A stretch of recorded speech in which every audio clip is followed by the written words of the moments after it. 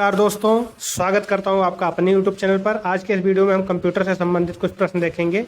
चूँकि कंप्यूटर एक ऐसा सब्जेक्ट है जो कि आपके यूपी के लगभग एग्जाम में पूछा जाता है, ठीक है। इसके साथ ही साथ आपके एसएससी के भी पेपर में अब कंप्यूटर का एक अलग सब्जेक्ट पूछा जाता है, तो ये बहुत ही महत्वपूर्ण चीज़ है और इसका हम MCQ आज हम देखेंगे।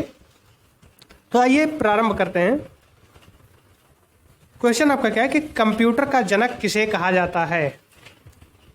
विकल्प आपको दिया गया है Lord Wellington, Jack Kilby, Bill Gates या फिर चार्ल्स बेबेज। कंप्यूटर का जनक या कंप्यूटर का पिता किसे कहा जाता है? तो इसका सही उत्तर क्या हो जाएगा आपका? चार्ल्स बेबेज को कहा जाता है। चार्ल्स बेबेज क्या है? कंप्यूटर के जनक हैं या कंप्यूटर के पिता हैं, ठीक है। कंप्यूटर एक महत्वपूर्ण सब्जेक्ट है और लगभग परीक्षाओं में भी ये पूछा जाता है, तो इस पर भी फोकस करना सारे विद्यार्थियों का दायित्व बनता है, ठीक। दूसरा क्वेश्चन देखते हैं, कंप्यूटर के विकास में सर्वाधिक योगदान किसका है? विकल्प आपको दिया गया है हरमन होलोरिथ का, चार्ल्स बेबेज का, ब्लेज पास्कल का या फिर वान न्यूमान का। कंप्यूटर के विकास में सर्वाधिक योगदान किसका है? तो अगर हम बात करें सर्वाधिक योगदान देने वाले व्यक्ति हैं तो वान न्यूमान जो है वो सर्वाधिक योगदान दिए हैं कंप्यूटर के विकास में। वान न्यूमान के बारे में अगर बात करें तो जॉन वान न्यूमान ने 1951 में कंप्यूटर क्रांति को सही दिशा दी थी, जिसे द्वितीय क्रांति, कंप्यूटर के क्षेत्र में द्वितीय क्रांति भी माना जाता है। उन्होंने एडवैक का आविष्कार किया था। एडवैक, EDVAC, एडवैक, यहाँ देख लीजिए आप, EDVAC। एडवैक का क्या मतलब होता है? एडवैक का होता है ई से इलेक्ट्रॉनिक, डी से डिस्क्रेट, V से वेरिएबल, A से ऑटोमेटिक, C से computer. Electronic, discrete, variable, automatic, computer, ठीक है। इसका इन्होंने आविष्कार किया था। इसमें उन्होंने क्या किया था? संचयित प्रोग्राम यानी स्टोर्ड प्रोग्राम का इस्तेमाल किया था। संचयित मतलब होता है स्टोर्ड, ठीक। कंप्यूटर कार्य के लिए द्वि आधारित पद्धति के प्रयोग, यानी जो बाइनरी सिस्टम हम देखते हैं कंप्यूटर में प्रयोग करते हैं, जब बाइनरी सिस्टम पर ही आधारित होता है, उसका प्रयोग का अगर श्रेय दिया जाए तो किसे दिया जाएगा? जॉन वान न्यूमैन को ही दिया जाएगा। बढ़ते हैं अगले प्रश्न की ओर। प्रथम अंकीय कंप्यूटर के ब्लूप्रिंट के विकास में सर्वाधिक योगदान किसका है?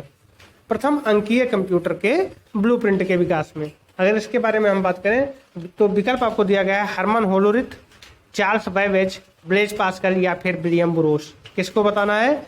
जिन्होंने प्रथम अंकीय कंप्यूटर के ब्लूप्रिंट के विकास में सर्वाधिक योगदान दिया था, तो वो आपके हैं चार्ल्स बेबेज। ऑप्शन बी इसका राइट आंसर हो जाएगा। नेक्स्ट क्वेश्चन है आपका, सर्वप्रथम आधुनिक कंप्यूटर का आविष्कार कब हुआ? ऑप्शन ए है 1946 में, ऑप्शन बी 1950 में, ऑप्शन सी 1960 में और ऑप्शन डी है 1965 में। सर्वप्रथम आधुनिक कंप्यूटर का आविष्कार कब हुआ था? तो ये हुआ था आपका 1946 में। ऑप्शन ए इसका राइट आंसर हो जाएगा। 1946 में सबसे पहले आपका आधुनिक कंप्यूटर का आविष्कार हुआ था।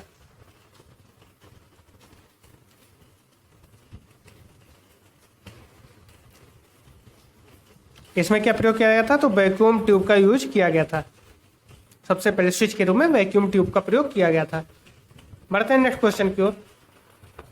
कंप्यूटर की भौतिक बनावट कहलाती है? ऑप्शन ए है सॉफ्टवेयर, ऑप्शन बी है हार्डवेयर, ऑप्शन सी है फर्मवेयर या ऑप्शन डी है ह्यूमन वेयर। कंप्यूटर की जो भौतिक बनावट होती है वो क्या कहलाती है आपकी? तो उसे हम हार्डवेयर कहते हैं। ऑप्शन बी इसका राइट आंसर हो जाएगा। नेक्स्ट है, कंप्यूटर के संचालन में प्रयुक्त प्रोग्राम, नियम तथा कंप्यूटर क्रियाओं से संबंधित अन्य लिखित या चिप में दर्ज सामग्री को कहा जाता है। क्वेश्चन एक बार फिर से देख लें।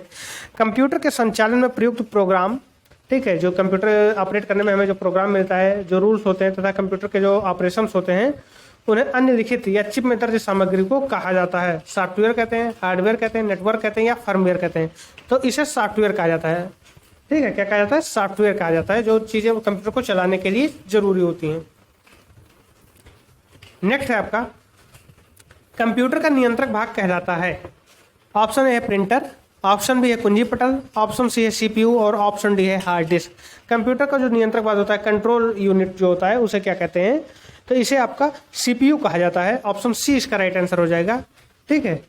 CPU क्या होता है? कंप्यूटर का नियंत्रक भाग होता है। नेक्स्ट है,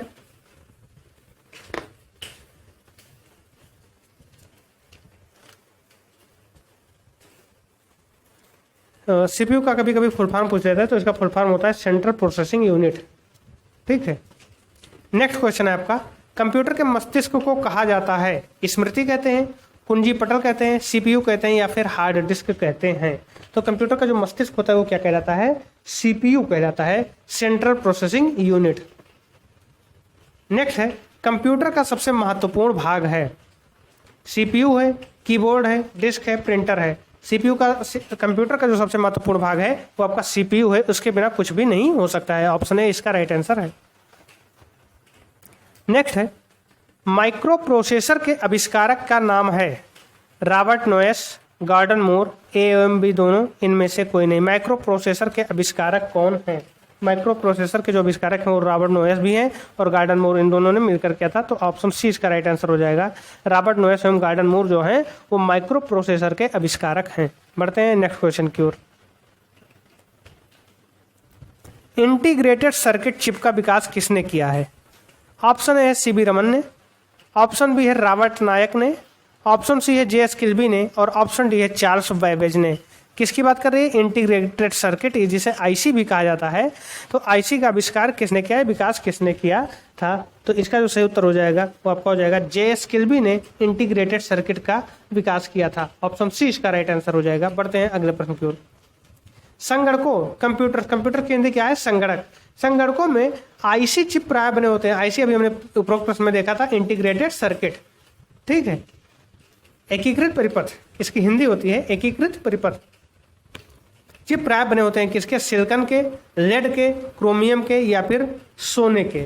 तो किसके बने होते हैं ये बने होते हैं आपके सिलिकॉन के, ठीक है। ये अर्धचालक होते हैं, तो उन्हीं अर्धचालकों का प्रयोग करके आईसी चिप बनाया जाता है। ऑप्शन ए इसका राइट आंसर हो जाएगा। बढ़ते हैं अगले क्वेश्चन की ओर। चुंबकीय डिस्क पर किस पदार्थ की परत होती है? आयरन ऑक्साइड की, फास्फोरस पेंटाऑक्साइड की, मैग्नीशियम ऑक्साइड की या फिर सोडियम पैराऑक्साइड की? चुंबकीय डिस्क जो होता है उस पर किस पदार्थ की परत होती है? तो उस पर आपका आयरन ऑक्साइड की परत होती है। ऑप्शन ए इसका राइट आंसर हो जाएगा। नेक्स्ट है, कंप्यूटर में किसी शब्द की लंबाई किस में मापते हैं? बाइट में मापते हैं कि बिट में मापते हैं या मीटर में या मिलीमीटर? तो मीटर में होगा नहीं, बाइट या बिट में से आपका माना जाएगा, जिसमें बिट जो होता है सबसे छोटा होता है तो बिट में ही मापते हैं। ऑप्शन बी इसका राइट आंसर, सॉरी यहाँ हमने क्रॉस कर दिया है, ऑप्शन बी इसका राइट आंसर हो जाएगा, ठीक है। कंप्यूटर में शब्द की लंबाई किससे मापते हैं? तो बिट से मापते हैं। नेक्स्ट है, मेगाबाइट में मापते हैं। मेगाबाइट में क्या मापते हैं? भूकंप की तीव्रता, जनसंख्या घनत्व, शक्ति व्यय की क्षमता या कंप्यूटर की स्मृति क्षमता? आप जानते हैं कि आप जब मोबाइल लेने जाते हैं तो वहाँ पर आप देखते हैं कि आपका स्टोरेज क्या है, एमबी में है या जीबी में है। जो पहले चिपें आती थी उसमें आपका एमबी में होता था और एमबी को ही हम मेगाबाइट कहते हैं, ठीक है। एमबी को ही क्या कहते हैं? मेगाबाइट। तो जो कंप्यूटर की क्षमता और स्मृति क्षमता होती है, स्टोरेज होती है, वो आपकी क्या होती है? आपका मेगाबाइट में मापा जाता है। ऑप्शन डी इसका राइट आंसर हो जाएगा। नेक्स्ट है, स्टोरेज माध्यम की क्षमता की इकाई है? बाइट है, बिट है, बग है या फिर घन मीटर है? इनमें से कौन सा है जो स्टोरेज माध्यम की क्षमता की इकाई है? तो अगर हम बात करें बाइट की, तो बाइट जो है वो स्टोरेज माध्यम की क्षमता की इकाई है, ठीक है। किलोबाइट से मेगाबाइट, मेगाबाइट से गीगाबाइट, ऐसे ही बनता है आपका।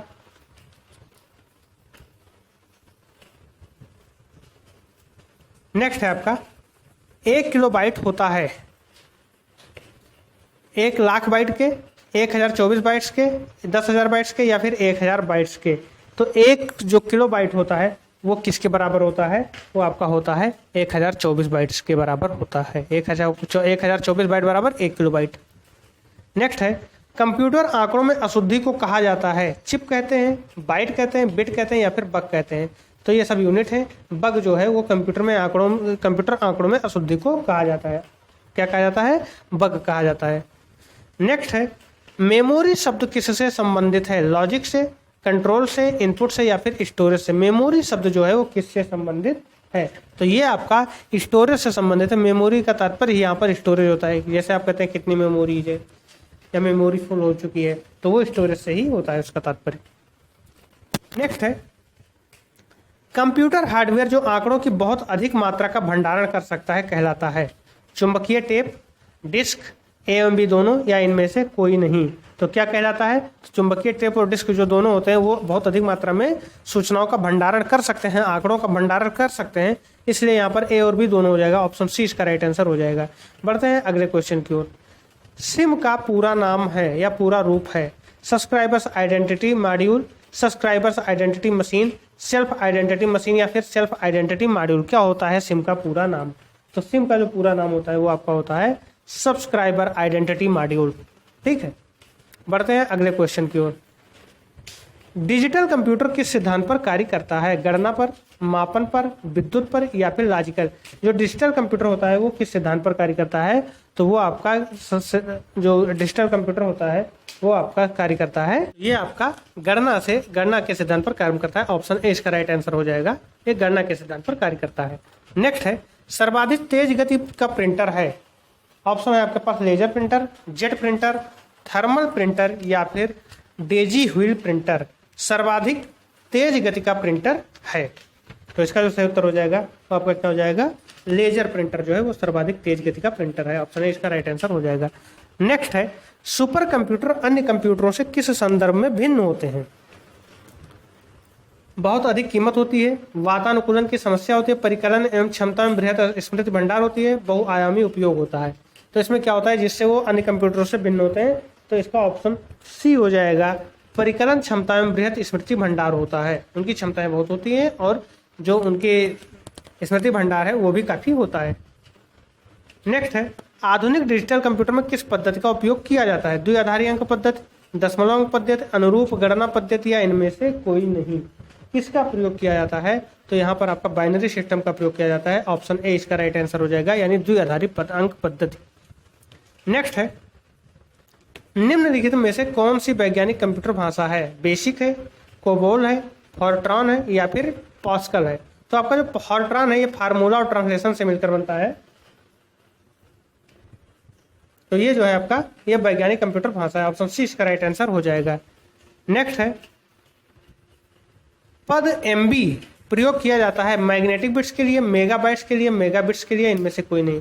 तो एमबी का प्रयोग हम मेगाबाइट के लिए करते हैं। ऑप्शन बी इसका राइट आंसर हो जाएगा। कंप्यूटर भाषा कोबोल किसके लिए उपयोगी है?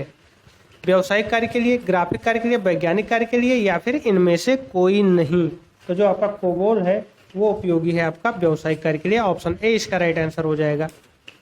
नेक्स्ट है, एक पेन ड्राइव है, एक स्थिर द्वितीय भंडारण एकक, एक चुंबकीय भंडारण एकक, एक हटाए जाने वाले द्वितीय भंडारण एकक या इनमें से कोई नहीं? तो जो एक पेन ड्राइव होता है वो आपका क्या होता है? एक हटाए जाने वाले द्वितीय भंडारण एकक, यानी इसमें आप सूचनाएं भरें उसके बाद फिर इसे ट्रांसफर करके डिलीट भी कर सकते हैं, यानी और इसे मतलब पेन ड्राइव आप जानते हैं कि जो कंप्यूटर में यूज किया जाता है, तो क्या होता है ये हटाए जाने वाले द्वितीय भंडारण एकक है। ठीक है, इन्हें बाहर से लगाकर हम चीज़ों को स्टोर कर सकते हैं। आज का लास्ट क्वेश्चन है कि प्रोग्राम हेतु सर्वप्रथम विकसित की गई भाषा कौन सी थी? फॉर्ट्रान थी, पास्कल थी या फिर कोबोल थी या फिर बेसिक थी? प्रोग्राम हेतु सर्वप्रथम विकसित की गई जो भाषा है वो कौन सी थी? तो वो आपकी फॉर्ट्रान थी। ऑप्शन ए इसका राइट आंसर हो जाएगा। ठीक है, तो इस वीडियो में बस इतना ही। मिलते हैं अगले वीडियो में कंप्यूटर के अन्य प्रश्नों के साथ जो कि आपके एग्जाम में हूबहू भी मिल सकते हैं।